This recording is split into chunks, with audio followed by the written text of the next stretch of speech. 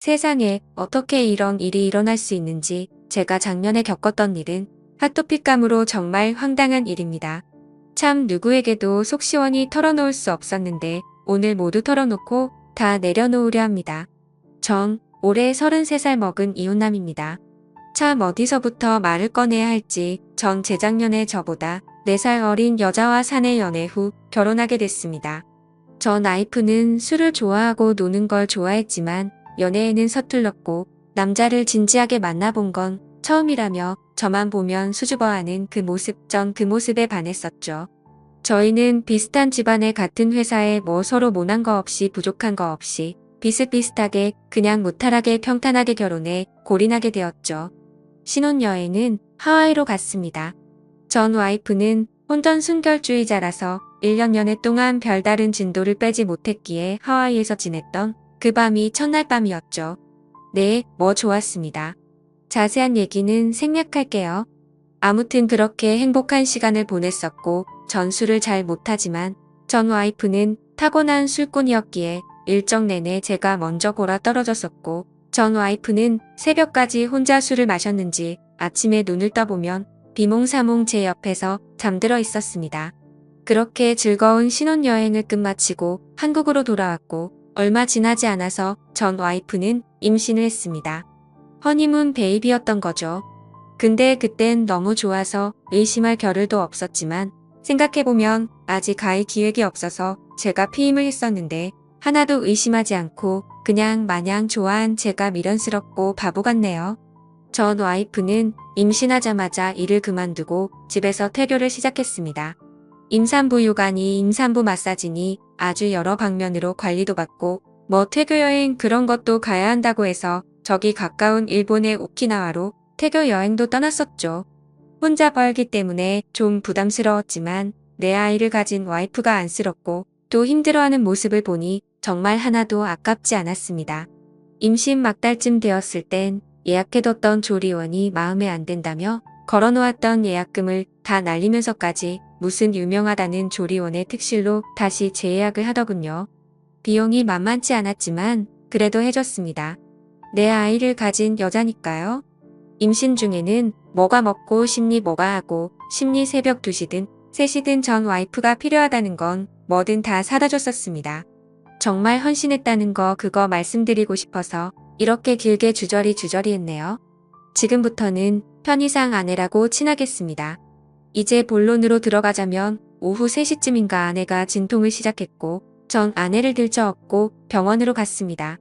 저희 집에서도 첫 아이고 와이프 쪽 친정에서도 첫 아이라서 우리 부모님들 그리고 제 동생 장인어른 장모님 그리고 처제까지 온 가족이 다 모여서 아내의 출산을 기다리고 있었죠. 뱃속에 아이가 너무 크고 자궁문도 안 열리고 39주가 되도록 아이가 너무 위쪽에 있어서 의사도 그렇고 제왕절개를 하자고 해서 아내는 제왕절개로 아이를 낳기로 했었죠. 그렇게 아내는 수술실로 들어갔고 얼마 안 지나서 의왕하는 아기 울음소리가 들리길래야 내 아이가 세상에 나왔구나 참 벅차더군요. 근데 한참 지나도 아이 얼굴을 안 보여주길래 뭐지 싶었습니다. 아내는 입원실로 이동하고 다른 가족들은 왜 아이를 안 보여주냐며 병원에서 아우성이고 친구한테 듣기로는 수술실에서 바로 한번 아기를 보여준다는데 안 보여주길래 저도 뭐지 싶었지만 간호사가 되게 난처해하면서 면회 시간을 볼 수 있다고 그러길래 아 그런가 보다 싶어서 입원실에 간 아내의 손을 꾹 잡아주고 마취가 풀릴 때까지 같이 기다리고 있었죠. 마취가 풀린 아내는 절 보자마자 엉엉 울기 시작합니다. 오빠 아기 봤어? 아니 이상하게 아기를 안 보여주네. 원래 이런 건가? 이 병원만 이런 건가? 알 수가 없네. 자기 귀는 우리 아가 봤어? 아기를 봤냐고 물어보는데도 아내는 아무 말도 하지 못하고 꼭꼭 울기만 합니다. 장모님이 전 와이프 보고 왜 우냐고 아프냐고 간호사한테 무통주사 놔달라고 간호사만 연신 불러대고 우리 부모님은 그런 아내가 안쓰러워서 연신 등을 쓰다듬어주고 아내는 뭐가 불안한 듯 계속 덜덜 떨고 참 지금 생각해도 어이가 없네요. 그 다음날 또 온 가족이 다 모여서 면회 시간에 맞춰서 아이를 보러 병원에 갔습니다. 아내는 가족들을 보자마자 아이 조금 이따 보자고 안 된다며 콕콕거리고 도대체 애가 왜 이러나 싶어서 병원에다가 빨리 아이를 보여달라고 온 가족들이 다여구를 했죠. 간호사는 되게 난처해하며 남편분만 이리로 오세요 하면서 절 부르길래 원래 이 사람 저 사람 다 보면 병균이 옮을 수도 있으니까 남편만 보여주나 보다. 그리 생각하고 아내와 함께 신생아실로 갔죠. 아내는 신생아실로 가는 내내 휠체어 위에서 손을 달달 떱답니다. 전 아무것도 모르고 어이 애기가 그렇게 보고 싶냐 덜덜덜하는 아내의 손을 꾹 잡아주며 신생아실로 가는데 간호사가 데리고 나오는 아이 좀 피부가 까무잡잡합니다. 눈도 너무 크고 까무잡잡하고 아무리 봐도 동양인이 아닌 것 같고 아내도 저도 피부가 흰 편인데 까무잡잡한 아기 뭐 흑인 계열 중동 계열 그런 모습으로 보이더군요. 콩 심은데 콩나고 팥 심은데 팥나는 법인데 처음엔 바보같이 선생님 아이가 바뀐 것 같은데 간호사에게 아이가 바뀌었다고 우리 아이를 데려다 달라고 하는데 간호사는 어쩔 줄 몰라 하고 아내는 갑자기 미안하다며 꼭꼭 옵니다. 오빠 미안해 정말 미안해 전 상황 파악이 되질 않았고 멍하니 서서 아기를 바라보다가 그냥 밖으로 나와버렸습니다. 밖에 나와서 연신 줄담배를 피고 참 이게 무슨 일인가 어찌된 일인가 한참을 생각하다가 병실로 들어가는데 병실 앞에서 고성이 오갑니다. 장모님은 무릎을 꿇고 내가 딸을 잘못 줬다고 울고불고 우리 부모님은 이게 무슨 일이냐고 소리를 지르고 아내는 눈물만 꼭꼭 흘리고 전 그냥 병실로 들어가서 부모님 손을 이끌고 나와버렸습니다. 저게 내 아이는 아니든 어제 수술한 사람 붙잡고 할 얘기가 아닌 것 같아서요. 장모님은 절 보자마자 차서방 미안하네 차서방 얘기 좀 하게 우리가 잘못했네 차서방 애타게 절 부르시는데 전 대답도 안 하고 부모님을 모시고 병실에서 나왔습니다. 4일 뒤 아내가 퇴원을 하고 처갓댁으로 와달라고 하더군요. 4일 동안 아내가 수백 통의 문자를 보내고 장모님의 수십 통의 전화를 했지만 전 하나도 답하지 않았습니다. 그냥 이혼 서류를 챙겨서 아내의 퇴원 당일 처갓댁으로 향했죠. 그제서야 전 입을 열고 물었습니다. 어찌된 일이냐고 왜 피부색이 저러며 애 눈, 코, 입이 외국인 같냐고.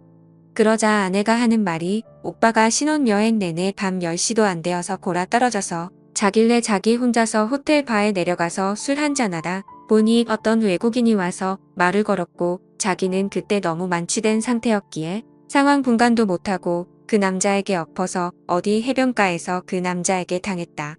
술이 너무 취했었기 때문에 난 그게 꿈인 줄 알고 아무 말도 안 했었는데 애가 태어나 보니 그게 꿈이 아니라 실제 있었던 일이구나. 이제 생각이 났다며 참 말도 안 되는 핑거리를 늘어놓더군요. 장모님은 차서방 우리 딸도 당한 거네. 자네도 알지 않는가 우리 딸 제대로 된 연애도 한번 못 해보고 자네한테 바로 시집가는 거네. 실수지 않는가. 한 번만 용서해주고 아이는 내가 절대 자네 눈에 보이지 않게 잘 숨겨서 키우겠네. 원한다면 외국으로 보내던지 어디 아이 없는 부모들한테 입양을 보내던지 자네가 원하는 대로 해주겠네. 계속 연신 저에게 사정을 하시고 장인어른은 계속 한숨만 쉬시고 그 와중에도 정말 아내가 그 남자에게 당했던 거라면 용서해야 할까. 별의 별 수백 가지 생각이 다 들더군요. 제가 아내에게 첫 남자인 건 맞으니까요. 전 고민해본다고 하고 집으로 돌아왔습니다. 그리고 집에 와서 신혼집에서 컴퓨터를 켜서 이것저것 검색을 해보는데 문득 아내가 의심스러워져서 아내의 네이버 아이디로 로그인을 해봤죠. 참 제가 판도라의 상자를 열었더군요. 아내는 네이버 지식인의 처녀 막 수술 그리고 성형 임신 중 친자 확인 해외 입양 등등 참 여러 질문을 올려놨고 그 질문들을 모두 읽어보니 아내에게 제가 첫 남자가 아니라 아내는 수술을 해서 처녀인 척 했었던 거였고 그 남자에게 당했다는 사실을 까맣게 잊고 있었던 것도 아니고 실은 다 알고 있었기에 임신 중에 친자 확인을 할 수 있는지 애를 가족들 몰래 낳을 수 있는지 참 이것저것 말도 안 되는 질문들을 연신 하루에도 두세 개씩 했더군요. 참 지금 생각해보니 당했다는 것도 거짓 같습니다. 당했으면 남편인 나한테 말해서 그 남자를 잡을 생각을 했어야지. 전 그냥 두 말 안 하고 그 지식인 질문들을 프린트해서 이혼 서류와 함께 아내에게 보냈고 아내는 분말 없이 이혼 서류에 도장을 찍었습니다. 그렇게 저의 짧은 결혼 생활이 끝났고 아내는 지금 무얼 하는지 전혀 소식을 모릅니다. 동기에게 물어보니 육아휴직을 끝내고 퇴사했다고 하더군요. 저도 회사에 이미 소문이 다 난터라 더 회사를 다니기 민망해서 다른 회사로 이직을 했고 참 저도 지금은 담담하게 글을 써내리고 있지만 그때 당시에는 술독에 빠져서 매일매일 술만 마시고 그렇게 지냈었네요. 지금은 그냥 아무 감정도 없고 아무렇지 않습니다. 그래도 뭔가 제 마음속에 남아있는 응어리가 있었는데 이렇게 많은 분들이 보는 유튜브 채널에 제 얘기를 공유하고 나니 뭔가 한결 마음이 더 편안해집니다. 저도 이제 좋은 인연 만나고 싶은데 세상에 아무 여자도 믿을 수 없을 것 같아서 이렇게 평생 혼자 살아야 하나 싶습니다. 긴 글 읽어주셔서 감사합니다.